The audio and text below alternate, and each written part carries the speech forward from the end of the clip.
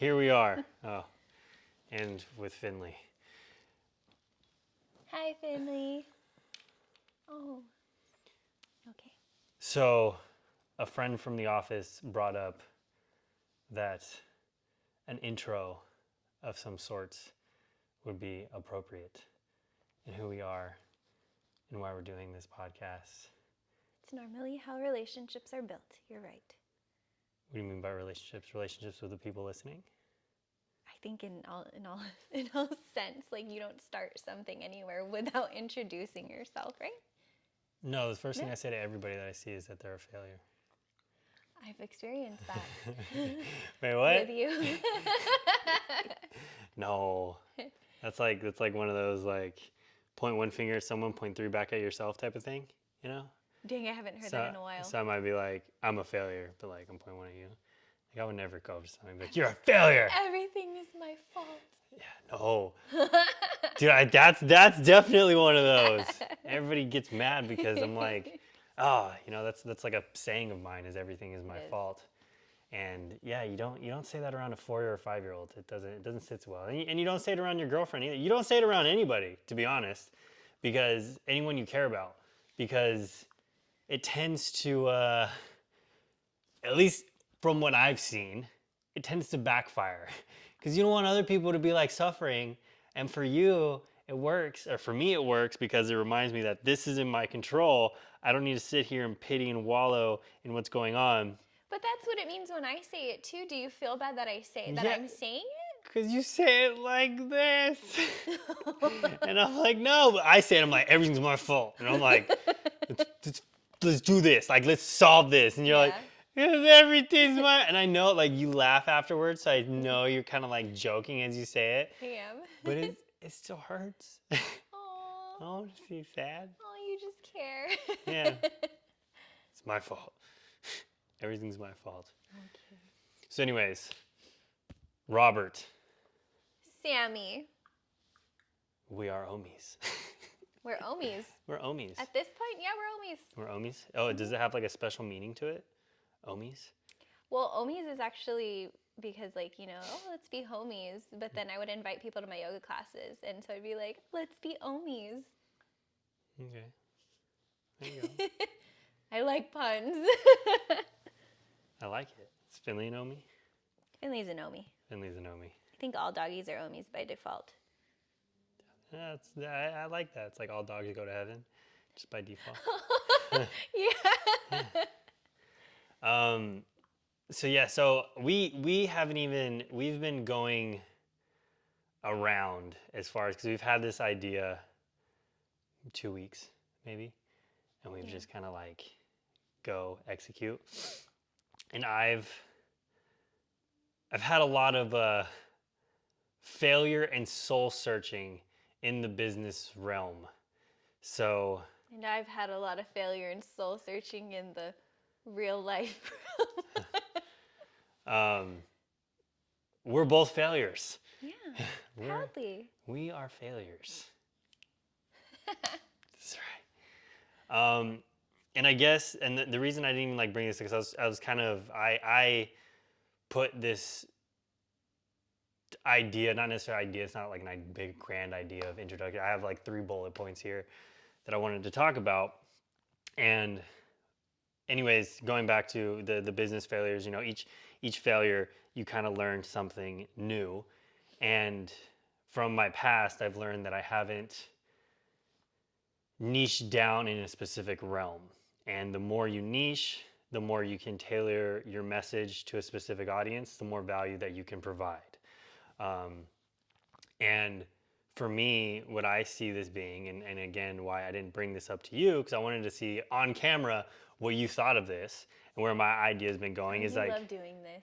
Yeah, it's better, it's natural. So where I see this fitted towards is actually just personally almost like myself. And the past 3 years of all these, I don't want to say it was necessarily just business failures. I guess it ties into both of us. We said a lot of life failures, right? I wish there was something that personally was geared towards me that wasn't some large scale coaching program. It wasn't some huge like grand, oh, we're going to like directly make you more money, because there's an infinite amount of those, but something that directly impacted my mental well-being and helped me shorten the time span of all the things that I dealt with, because I knew right away how to deal with them. And I mean, mind you, there's plenty of podcasts, there's plenty of information out there. I don't think anybody can genuinely create something extremely original nowadays, because like everything's already out there, everything's already been said. Things are just said in different ways. And what I want this to be is for anybody that's taking themselves to the next level. In my head, I think business owner and entrepreneur, because that's kind of where I've been going back and forth and dealing with in whatever like pursuit I've been on in school. Doesn't matter what it's been. There's always been the idea of how do I get out? Like, what's my exit strategy? Whether I was going to be a nurse, an engineer, what else was I going to do in school? In fitness, everything was okay. Do this. What's the exit? Because I don't like to be told what to do. So, but knowing that and all the things that went through my head and the failures and everything being put in front of it, I just wish that there was something or someone or some people that spoke directly to me and just told me, okay, this is okay. This is how you would deal with it. I wish I went into the realm more of like positive thinking and affirming myself, asking the right questions, self-belief, yada, yada, yada, yada, yada. I'll talk different topic for another day.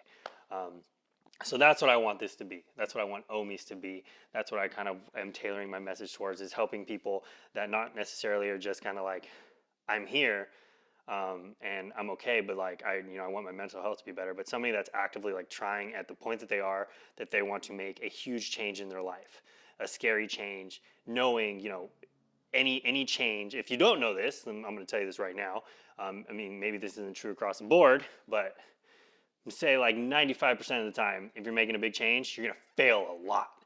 And I want to be able to help people that are going to make changes deal with those failures. That makes me so happy, because that is exactly what I wanted it to be. Well, when thinking of it in the sense of when I ever thought of something for me that I felt I wanted to help people with is, okay, I firsthand struggled with being put in a room with other people who are struggling mentally as well. And being able to see all of that and being able to talk to everybody and like the different roads that they're on, and then talking with my social worker and then hearing, you are probably going to be more advanced than everybody here, and it's really sad to say, but they're probably never going to get to your level, was really heartbreaking, because I didn't want that for them. I wanted them to also be in this basically mindset where you feel that you are a vehicle capable of anything. Like, no one can do anything. When we were all in that facility together, we couldn't do anything for the other person that would help fix their problem. I learned firsthand there that, okay, I have to take control, and it's literally up to me the way my life is going to go. And that wasn't just for my mental health. That was for everything. If I want to do anything in life, with a career, with the relationships that I have, the people around me, I have full control over it. And I should have full confidence in trusting myself that I can make sure that all the right decisions are made in doing that. And I don't think I just ever want to be in a position again where I'm supposed to just accept that everyone around me they're going to be where they're at in life, because that's just their mindset. They're stuck there. I don't want anyone to feel stuck. I want to make you unstuck. I want to be an unstucker. I don't know. That makes sense. A crowbar, if you will. Yeah. A shimmier. You can push you. I'll push you. That's right. I'll push you. I love that. I think, yeah, that happens. So is there, I guess you just already kind of alluded to why, because are you saying that going to the facility that you felt that you were stuck? I felt like I was stuck and drowning, and like I lost grip of everything, and I was along for for the roller coaster, whatever direction it was going in. And it was very liberating and empowering and so scary to learn, no, I literally have all the control in the world to not just spiral down and to literally take matters into my own hands. And unfortunately, the bigger and better you want things to be, the more work you're gonna have to like accept and be willing to put effort in, which is also liberating and scary and empowering in itself. So Yeah, I mean, I guess I don't know how much this ties into the podcast or how much time that we're on, but it's that's something that I've had to come to terms with recently is and even in my personal training career that I'm getting back into. I now have about like 4 years of experience in it, and it's pulling me back again.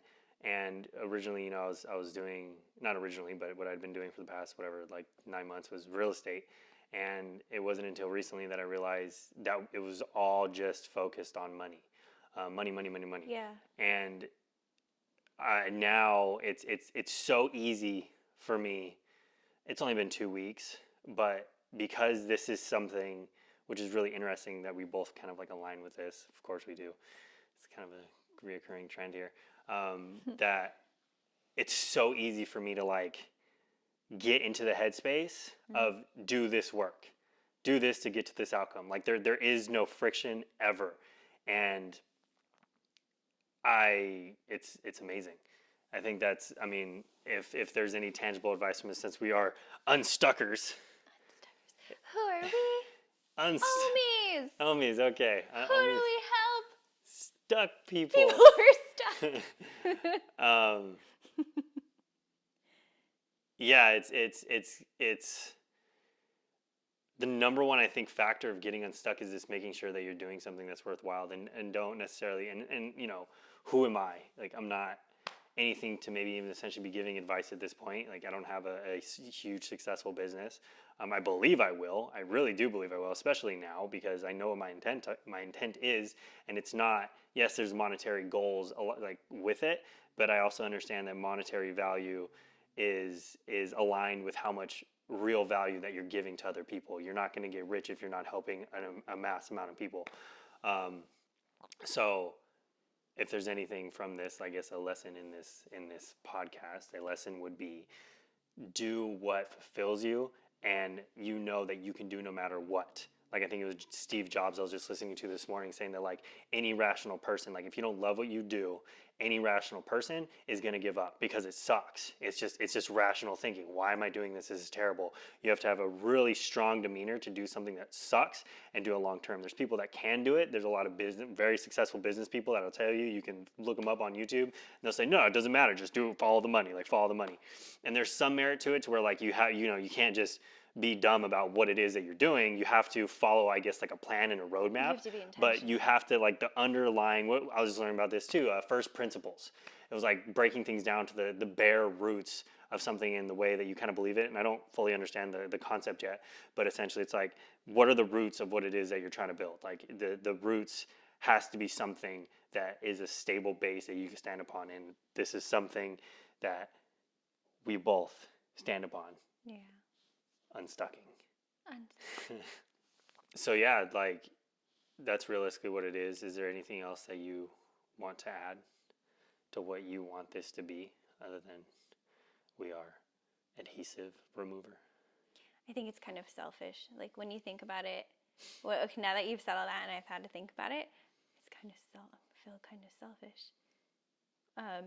With what I want to help as many people as I can see the light within themselves and how amazing they are and what they're capable of. And the selfish reason that I feel like when you get enough people to do that and then they start inspiring other people to do the same, we end up living in a better world. It's like a ripple effect. Yeah. And to me that's selfish because that's what my end goal is, you know, trickle as much light and love as we can in the world so that it spreads. Didn't I feel like I told you that like the second day, like second conversation I had with you, where people are inherently selfish And now I've come to realize maybe that's not fully true, but people are selfish. And the reason that I want to do good for other people was because I want this world to be better, more so for like my daughter. Like, and I want to do good for other people because selfishly I want this world to be a better place for my daughter. And so that's why like I have this big, I'm passionate about. I've always been like, okay, how is this helping other people? Everything that I do has to be centered around how is this helping other people. Guess we're both selfish. Selfish bastards. Selfishly. Not Finley. Selflessly wanting to help other people. No, I don't know. Yeah, I don't know. I struggle with that. I used to think when I first told you that, and you said something that shattered that, and I forget now what it was. And I used to think that, yeah, that's just how people were selfish. Now, honestly, I still have to kind of like rethink on that, because there is times where I don't get a monetary, or not monetary, but I don't get any kind of gain from something that I do, and I just do it because it's the right thing to do. And I don't know if it is that selfishly because I want the world to be a better place, or is it just like an innate reaction inside of me to do the right thing? Because, like, again, I don't even know if I necessarily even believe in like karma. I don't know if what goes around comes around. Because there's a lot of bad people that I've met. I know I'm not going to say his name, but I know a guy that owns a lot of real estate, a lot of commercial real estate, and he's not the greatest guy. But I don't know how much he's worth. He's definitely net worth a multi-billionaire, and he's built it through real estate. And he's not a good person. So like, where's this coming around? You know what I'm saying? Like, so I don't know if I necessarily believe in that, but it is more so for me. It's just like, what's the world that I want to live in? How do I want to sleep at night? And for me, if I don't, that same guy also has an alcohol problem. So it's like, okay, like you're shunning something, and I don't want to have an alcohol problem. So I'm not going to do that. Yeah. I really like that you're able to see that though, because I feel like for a lot of what I've seen in the world, it's easy for people to see that in someone else, but not notice the alcohol thing and then take it upon themselves. Maybe I shouldn't do the alcohol thing. Well, I guess it's like my bias, right? If someone's an asshole, but they're, successful in a, well, I don't even like to use the word successful sometimes because success can be like, it can be so many different things. For me, success is doing what you want to do when you want to do it. Like that's the definition that there is no amount of money being made that defines that. Yes, there's amount of money that you're accumulating to be able to live the lifestyle that you want to live, but realistically there isn't necessarily a set number because I don't know what that number is. Like for me, that number may be much smaller than a lot of other people because I don't necessarily want anything grand. Like from a lot of people's perspective, I think a lot of people want big houses or they want, I guess, I would really like a house on the beach, but even that would be like a small house. I don't want a big house. And when I do want to travel, but I don't want to stay in bougie hotels and penthouses in New York and in Vegas. Like I have no desire to that. I have no desire to really actually I even don't go have to any Vegas. desire to stay in a room that I want to stay in long the slums. to enjoy it. Yeah. You know what I mean? Like you go to places like that to go out and see things. You're staying in the room to sleep and like get ready for the day. Yeah. That's literally it. Yeah. I'd rather spend the money on the memories and the stuff that you're gonna do. Yeah.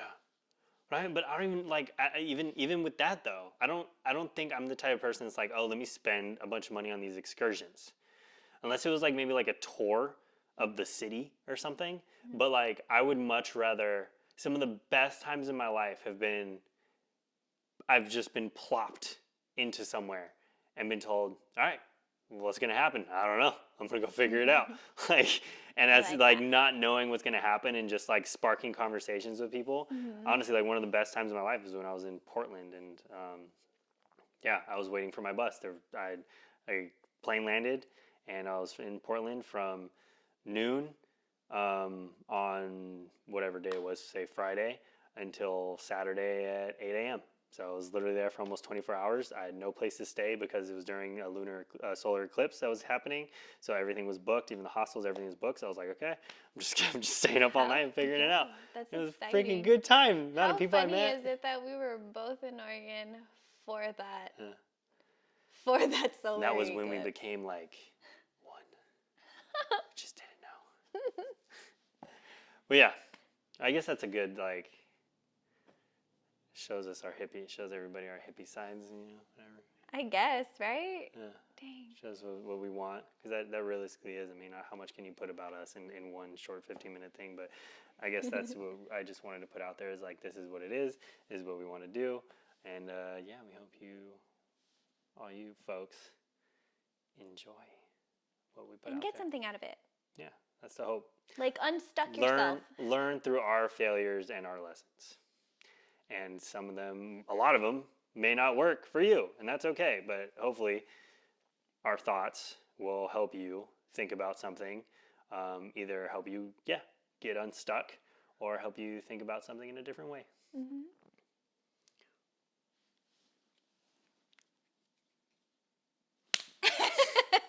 Ommies.